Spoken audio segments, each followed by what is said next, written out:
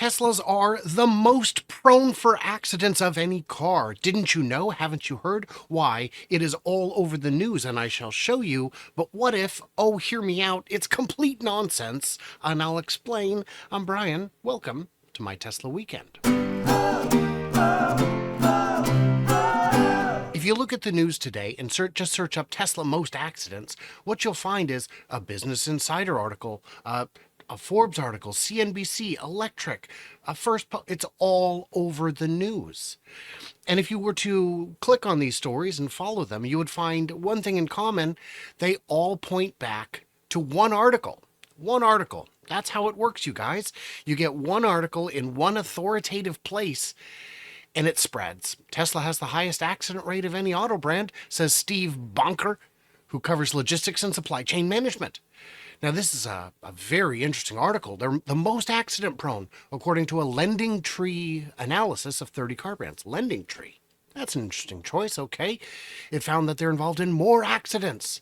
Tesla drivers, not Tesla the car, but the drivers, had a higher accident rate than anybody. This was not a causal study, but it did not, the study didn't analyze the reason, but it comes amid news that Tesla recently recalled more than 2 million cars. Recalled. We got our first hint. Tesla, the electronic car manufacturer. Is it electronic? This has got problems all over it. Oh, auto steer. Now we're blaming auto steer. That's not it. That's not it. So I wanted to dig into it, and I found this fantastic write-up by Nakatomi 2010, a moderator over at the Tesla Motors subreddit. And a lot of this research is based on that. Who is Steve Bonker? He's a contributor. Isn't that great? He's a Forbes contributor. Forbes, very reputable, right? They're a news organization, right? Not quite. Forbes is a business. First and foremost, they're a business. I'm the vice president of supply chain services at ARC Advisory Group. That sounds good. A leading industry analyst and technology consulting company. I engage in quantitative and qualitative research. Hey, he's a twofer. On supply chain management technologies, best practices, and emerging trends.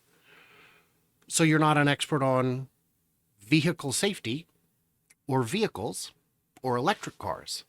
I've been published in Supply Chain Management Review, have a weekly column in Logistics Viewpoints, and can be followed on Twitter. Oh, can you, Steve? Well, maybe I'll tag you in this, Steve. Maybe I'll tag you in this. And he's got some other great articles here. The only one that really jumped out at me was one about Elon Musk ensures that product development is not siloed. And then he goes on to explain it is siloed. Well, anybody who's actually talked with company executives will tell you it's not. But okay, you do you, Steve. So let's look at ARC Advisory Group, vice president.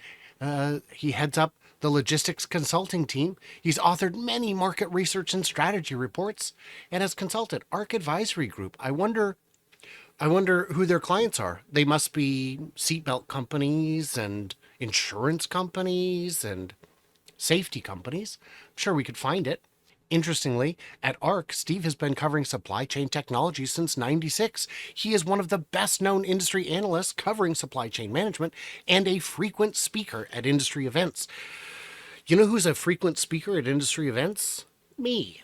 I've actually spoken at Fully Charged in 3 different countries. I've crisscrossed the nation. I do events every couple months. I guess I talk more about EVs more frequently than he talks about supply chain. And I would barely call me an industry expert, certainly not one of the best known. But come on. All right, great, whatever. And this company, they've also got, logistics news, and you've got some other writers here. You've got great stories like Christmas tree prices are rising. Let's look at that. Christmas tree prices are rising by Chris Cunane. That's pretty cool. Who's this? Oh, look, Forbes actually has a story. Christmas tree prices are rising by Steve Banker. Are you just putting your name on other people's work to big up yourself, Steve? Because there's a lot of puffery going on here. But that's all right. Let's talk again about ARC and who their clients are. Because again, I'm sure it's, seat belts and airbags and partial list of clients. Let's see who we got. BP, Chevron, ExxonMobil, Shell, Saudi Aramco, Petrobras. Bruh, that's a lot of petro. So you're, I mean, if ever you could throw the word shill around, this is a big oil shill. This is precisely a big oil shill. But again, we got to talk about Forbes, because this was in Forbes. This is a real Forbes article. So how do you become a writer? You know, you can make good money as a writer. I say that. I almost said it with a straight face. You can't. It's very difficult. If you want to write for Forbes, there are 4 ways to do it, and only one of them involves getting paid. And they make it very clear that getting paid is difficult and not common. No, you can pay to play.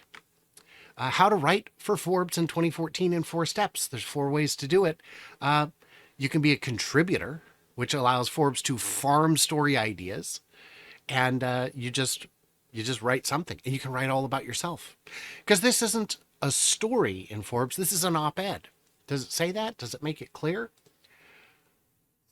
Doesn't quite make it clear. Let's see if it's at the bottom. Boy, it really doesn't make it clear.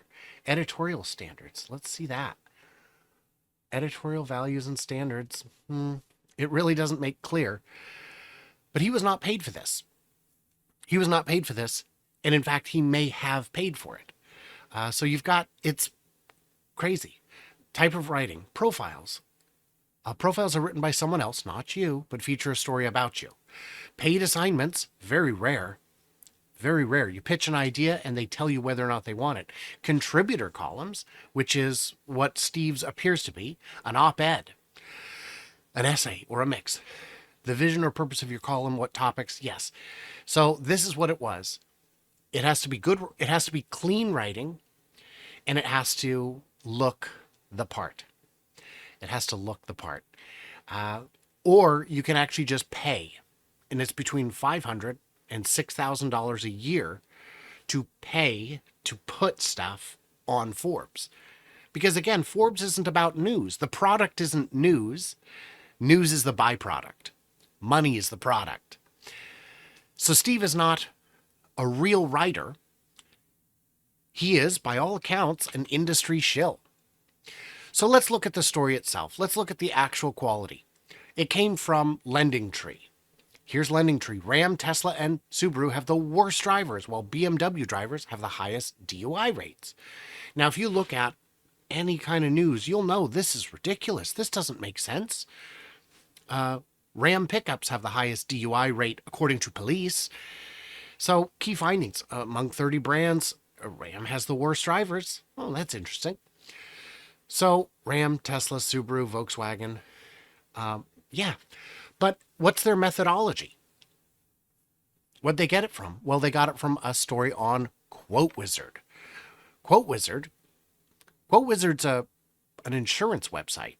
How would they know what cars crashed? They don't. And they make that clear in here.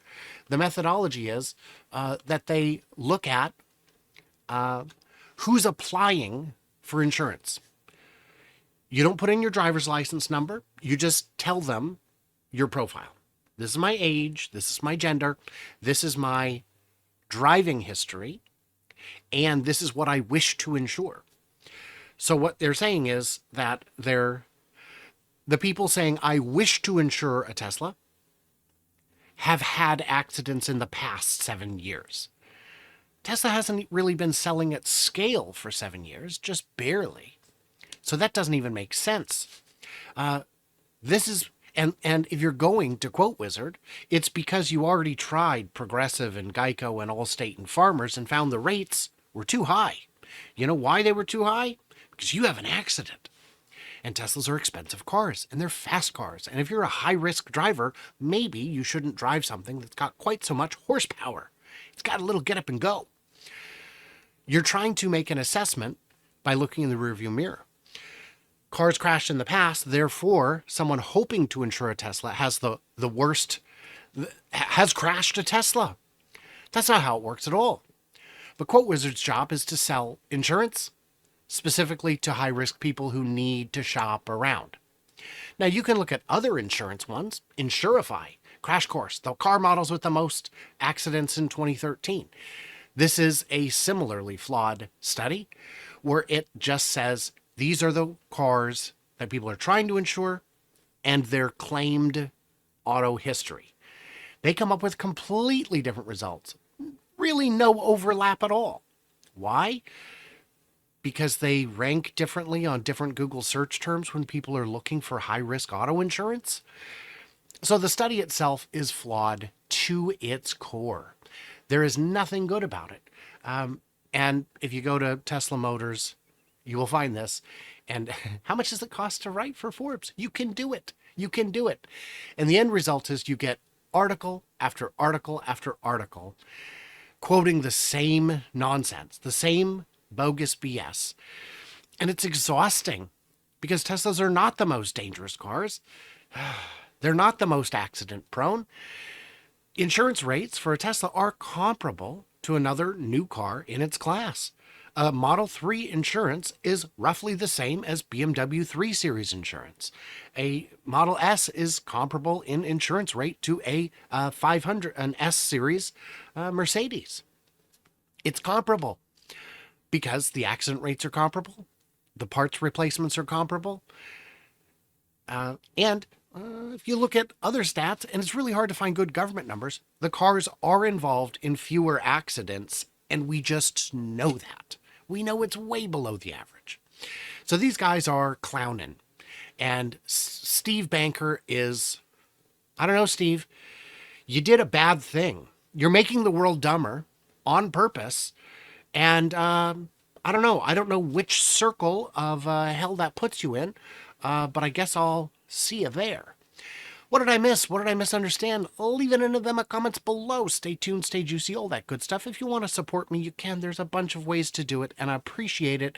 For everybody else, stay tuned, stay juicy, and I can't wait to hear from you clever robots in the emergency room.